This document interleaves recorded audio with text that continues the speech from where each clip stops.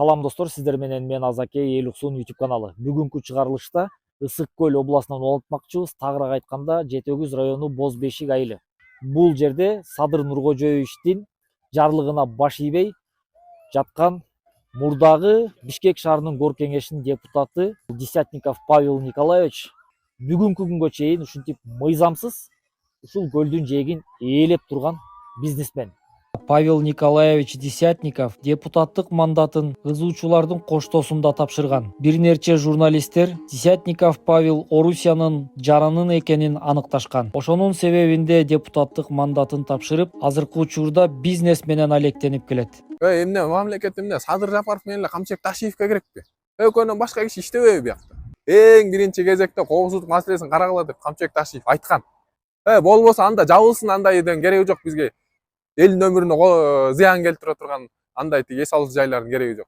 Эң биринчи кезекте коопсуздук маселеси каралсын деп айткан.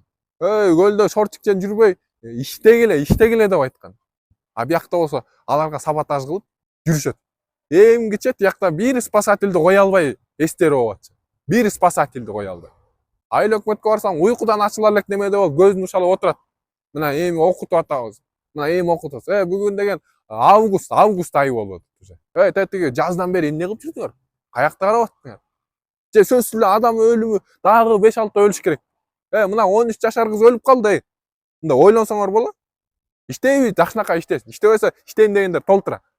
Орунду бошотуп алып кетсин. Элдин коопсуздугу эске алынбаган көлдүн жээгине кандай чараларды көрүп жатат деп жергиликтүү бийлик өкүлдөрүн издеп жөнөдүк. Ишкерлик кылган жакшы дечи, бирок коопсуздук маселеси биринчи орунда туруш керек деген ойдо коопсуздугу сактабаган эс алуу борборлорун кандайдыр бир жоопко тартса болобу деген суроолорду узатып жөнөдүк.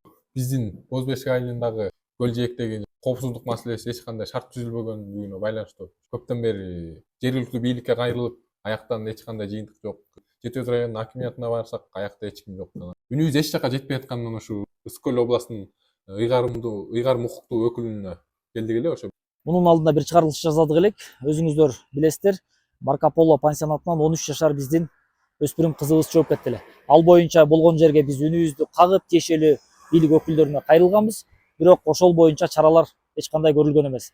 Азыр губернатордун жардамчыларына кирдик. Булар ошол жерден маселени жеринен барып көрүп, таанышып, ошол боюнча чара көрөбүз деп турган учуру. Ар бир жарандын, ар бир көйгөйү, мууну айтканда бул жалпы элдин коопсуздугу деген маселе. Ошон үчүн биз ар дайым мындай нерсени тез чечүүгө даярбыз.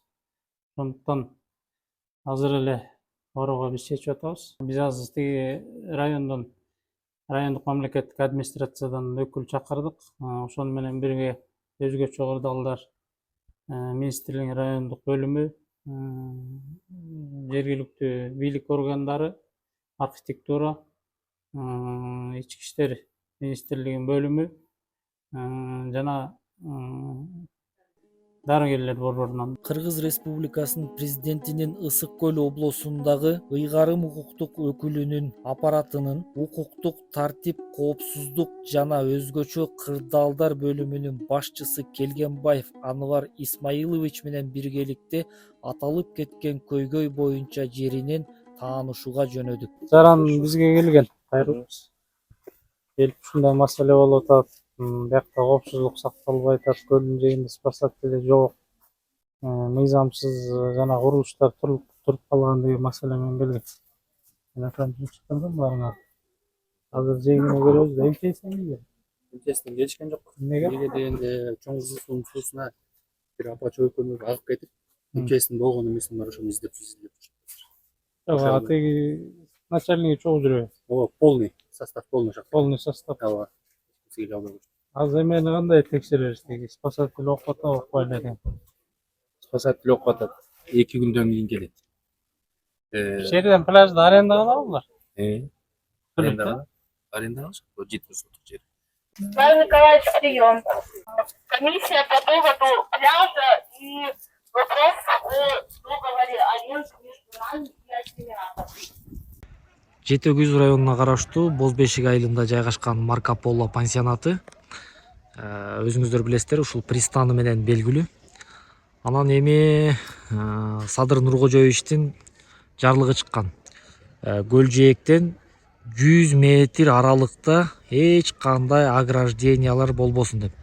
Бирок ошого карабастан бүгүнкү күнгө чейин 2024-жылы август айы болуп калды. 2 август. Бул жерде ушундай курулуш иштери бар.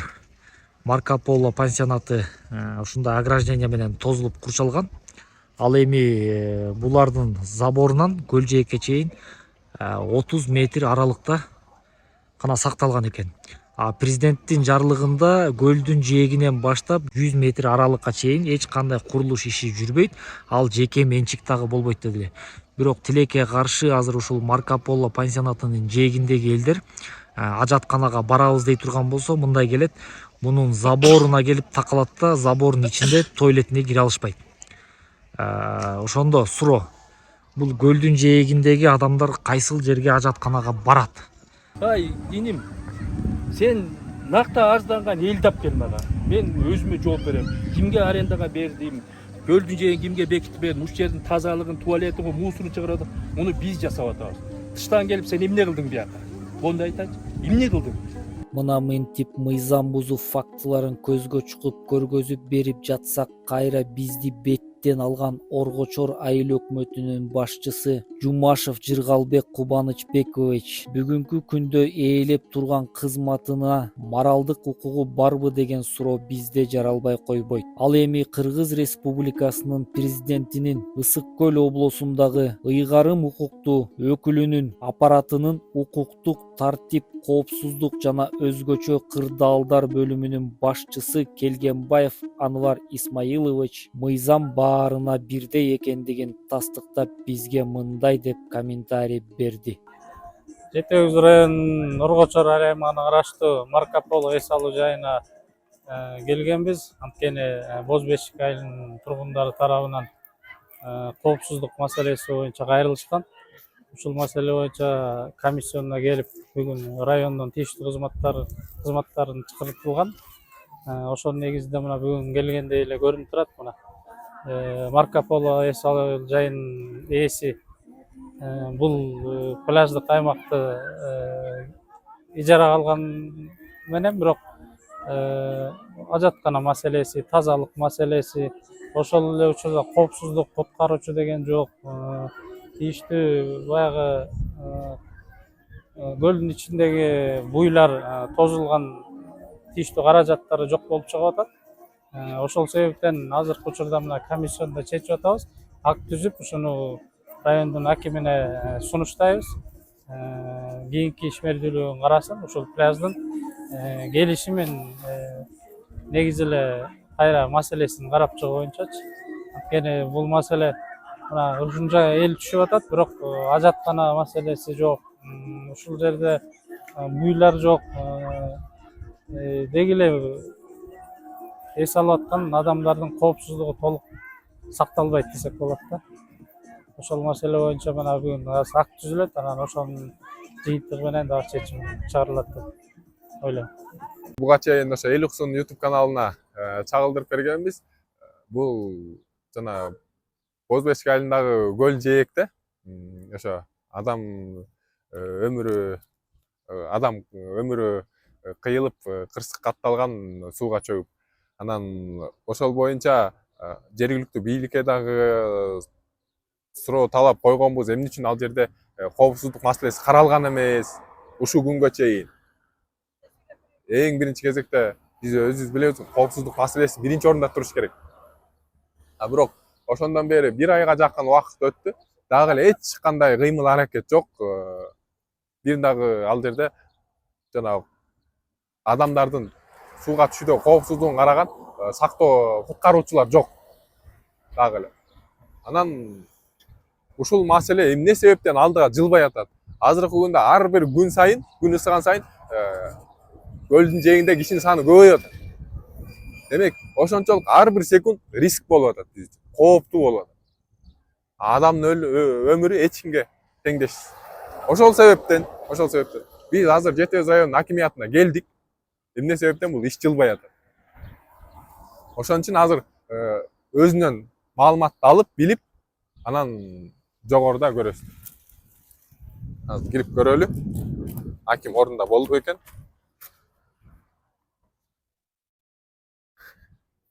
Негизи бул маселе айыл өкмөтүнүн деңгээлинде чечилбейт экен. Айыл өкмөттөр кыймылдабай жатышат. Ал жерде жөнөкөй таштанды ташып чыгаруу иштерин жөнгө сала албай атат да, коопсуздук эмес.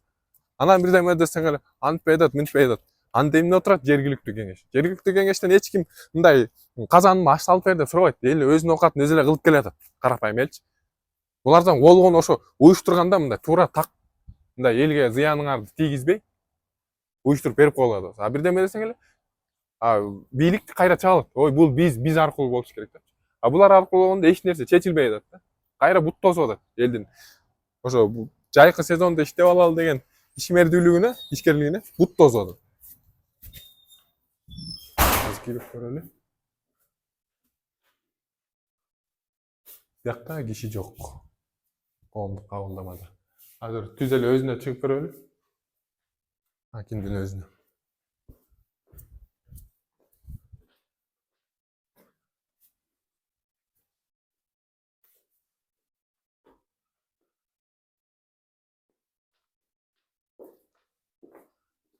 Азыр акимдин кабылдамасы.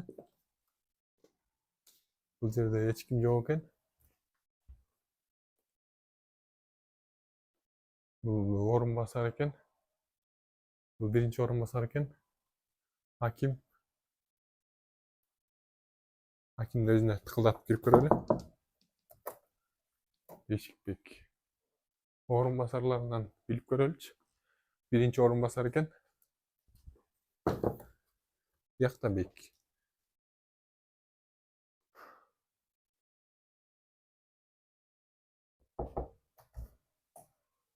Бул жерде секретарь дагы эч ким жок. Тышта кирип келатканда кире бериштеги дагы кароолчу эч ким жок. Биякта коомдук кабылдамада эртеден кечке тынымсыз отуруш керек эле, ал жерде дагы эч ким жок. Аңгырап карап атасыңар, бош. Биякта ким бирөө бар экен, тыкылдатып карап көрөйүнчү. Бияк опечатанный экен.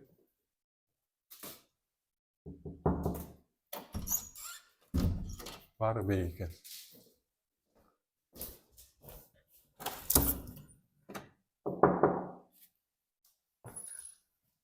Жок, биякта эч ким жок экен, бош экен.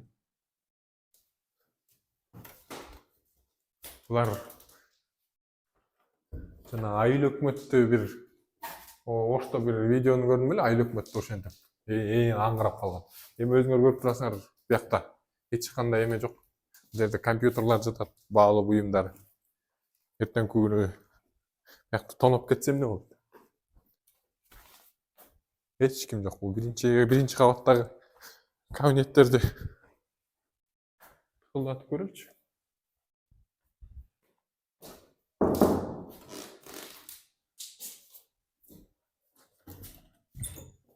Азыр биякта эменин убактысын көрөлүчү. Иш тартиби кандай болду экен булардыкы? Обеденный перерыв азыр 12-ден 1-ге чейин экен. 12-ден 12 мүнөт өтүптүр. Азыр обед тынуу экен. Өзүңүздөр көрдүңүздөр.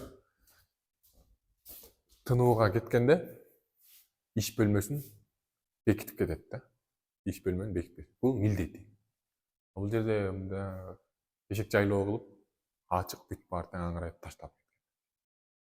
Бул мамлекеттик, бул жерде сырлар да болушу мүмкүн. Мамлекеттик баалуу кагаздар да сакталат бул жерде. Анан ушундай чаржайт башаламандыкты мен биринчи жолу көрүшүм. Эми айыл өкмөттө кичине айылда тияк бияка барып эметчү эле, бул бирок райондун администрациясы, акимиятта ушундай иш болот деп мен бир таң калып атам. Анан эми иш-чара менен, бирок иш-чарага тиешелүү адамдар чектелип бөлүнөт, бирок баары жапырт, баарын таштап алып туруп, кабинетинен бери ачык таштап алып кетип калбайт да.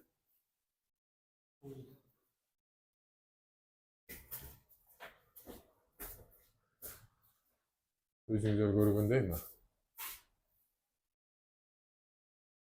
Бул жерде атайын кирип 24 саат бою бул жерде атайын бир адам туруш керек. Түнкүсүн кароолчу, күндүзгүсүн ошо акимиятка кандай жумуштар, эмне жумуштар менен келгенге туура багыт берип, кайсыл иш бөлмөгө кайрылыш керек экенин, кайсыл иш боюнча деп жөнөкөй кайрылган жарандарды маалымат берип, бул жерде атайын бир отуруш керек. Анын баары өзүңөр көрүп атасыңар.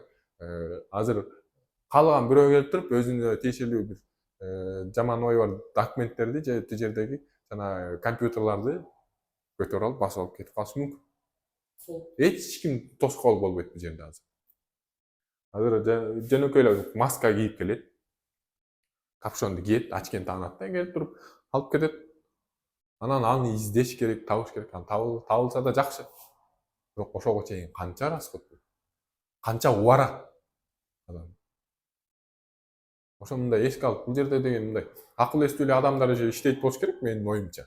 Бирок акыл эстүү адамдар иштейт дегенде карабайсыңарбы эми? Аңырайып бүт баары ачык.